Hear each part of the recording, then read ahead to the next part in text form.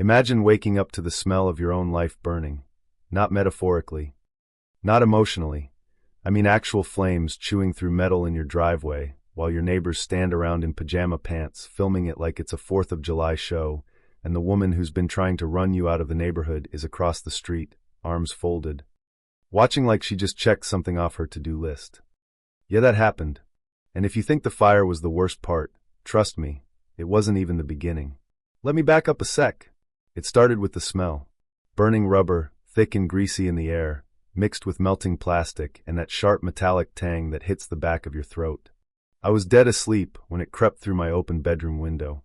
At first I thought maybe someone was grilling too late, but then the glow hit the ceiling, flickering orange, moving like it was alive. I stepped onto my porch barefoot, and there it was, my car fully engulfed, flames crawling up the windshield, paint bubbling, tires popping like gunshots. The heat hit my skin before I even reached the driveway. Neighbors were gathering, whispering. Some filming. You know how people get. Tragedy turns into content real fast. And across the street, Karen. Perfect posture. Arms crossed. No phone in her hand. No panic. Just watching. That's when the fire trucks roared in, hoses blasting water that turned the whole street into a hissing cloud of steam. A firefighter walked up to me, sweat streaking through soot on his face. "This yours?" he asked. I nodded. "You leave it running?" I stared at him. "It's been off for hours." He frowned. Looked back at the wreck. "Huh. Not suspicious. Not arson. Just huh." Then the cops showed up, and instead of asking who did this, they asked where I'd been. "Sir, where were you tonight?" My stomach dropped. "Excuse me?" "A witness reported unusual activity around your vehicle." A witness. Anonymous. I didn't have to turn my head to know who that witness was. Karen had been waging her little suburban war against me since the day I moved in. It started with that too-sweet smile and a clipboard. She introduced herself as HOA president before she said hello. Asked why I hadn't bought through their preferred realtor. Asked if I was aware of community standards. Then came the offer. You should join the HOA. It makes things smoother. I said no. That's when the orange violation slips started appearing on my door like passive-aggressive Christmas cards. Trash cans left out too long. Lawn height excessive, even though mine was shorter than half the block. Unauthorized exterior modifications. I hadn't modified anything. Meanwhile, nobody else got notices. I confronted her once. She smiled that tight little smile. "Oh, it's probably just a misunderstanding." It wasn't. The fines escalated. $50. $75. $150 for noise complaints on nights I wasn't even home. And then one afternoon I came back from work to find a tow truck hooking up my car. "Unauthorized vehicle," the driver said. "HOA order. My car is in my own driveway." He shrugged. Across the street, Karen. Watching again. "Maybe you should join," she said. You ever realize someone's not trying to enforce rules? They're trying to break you? That was the moment. Neighbors stopped waving. Conversations died when I walked up. Karen had poisoned the well. I was the problem homeowner. Then came the break-in. Nothing stolen. Just drawers slightly open. Papers shifted.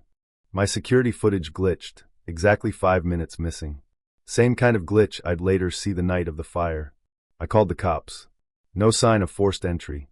Case closed. Karen saw me the next morning staring at my front door. She didn't say a word. Just smiled. The fire wasn't random. It was escalation. A message.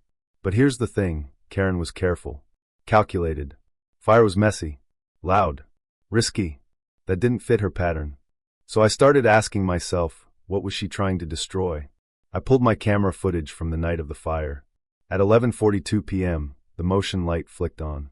A figure walked into frame, not running, not sneaking. Calm. Deliberate. Then blackout. 6 minutes later, flames.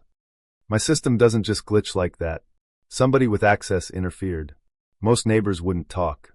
Doors stayed closed.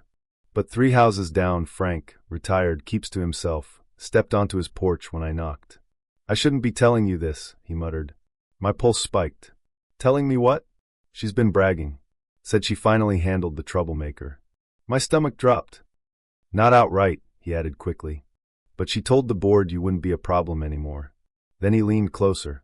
"She's tight with some local officers. That's why nothing sticks." That was the twist. It wasn't just harassment. It was insulation. Protection. So I stopped playing defense. Most people don't realize HOAs are legally required to provide financial records, budgets, contractor invoices, meeting notes, and as a homeowner in the area, I had rights. So I sent a formal demand letter citing state disclosure laws. 5 business days. Day 6, silence. That told me everything. I escalated, filed complaints with the state regulatory board, subpoenaed bank records, started tracing payments. What I found wasn't petty corruption. It was theft.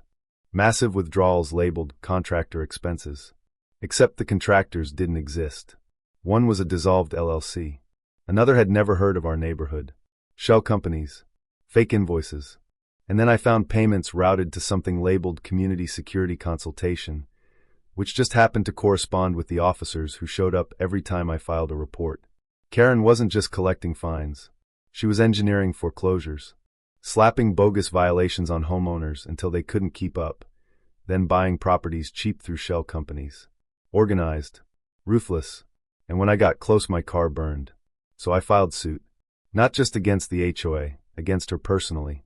Fraud, embezzlement, defamation, corruption. And because sunlight is the best disinfectant, I sent everything to the press. That's when things got interesting. The morning before our first hearing, 2 officers knocked at my door at 6 a.m. "Sir, we need to talk." This time it wasn't about arson. It was about complaints. 12 of them. Every HOA board member claiming I'd harassed them. Threatened Karen. Vandalized property. All filed the same day. Coordinated. They were watching me carefully, waiting for me to snap. So I smiled. "Are we done here?" They left. Karen thought she'd buried me in paperwork. Distracted me. But she didn't realize something. Once you try to burn a man out of his own driveway, he stops worrying about politeness. Court day came. Karen walked in like she was still running a meeting. Chin up. Designer suit. Controlled. But the moment financial records hit the screen, I saw it. That flicker behind her eyes. Her lawyer called it bookkeeping errors.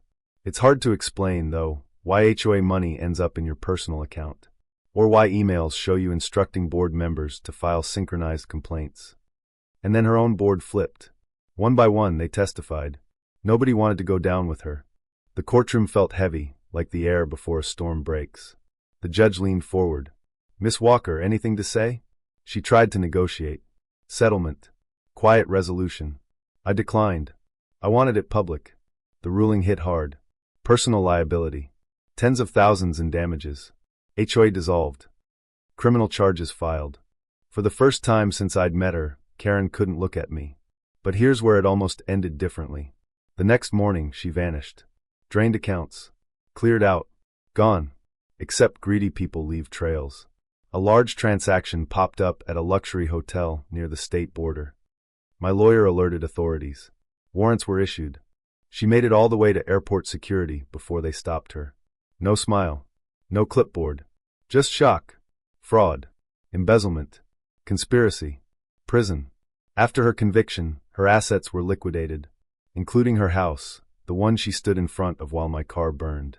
And yeah, I bought it. Not to live there. I had 2 options, tear it down or turn it into something she'd hate. So I converted it into a community resource center. Legal aid workshops. Financial literacy seminars. HOA transparency meetings. A place where neighbors could actually talk without fear. The same neighbors who once avoided my eye contact? They showed up. Slowly at first. Then more. Turns out fear dissolves when the bully's gone. Sometimes I stand in that building at night after everyone leaves. The walls are repainted. The energy's different. Quiet. Honest. And I think about that first night, the flames, the smell, Karen watching. She thought she was sending a message. She was.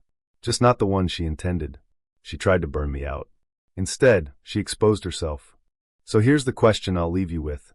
When someone abuses power in a system that's supposed to protect a community, do you walk away or do you fight and risk everything to tear it down? Because not everybody can afford to dig like I did. Not everybody wins. But sometimes justice only happens because someone refuses to back down. Tell me what you would have done. Would you have left? Joined the HOA just to keep the peace? Or gone to war like I did? Drop your thoughts below. Share your own HOA horror stories if you've got them. I know I'm not the only one. And if you believe power should answer to truth, stick around. Because trust me, this neighborhood finally learned what real accountability looks like.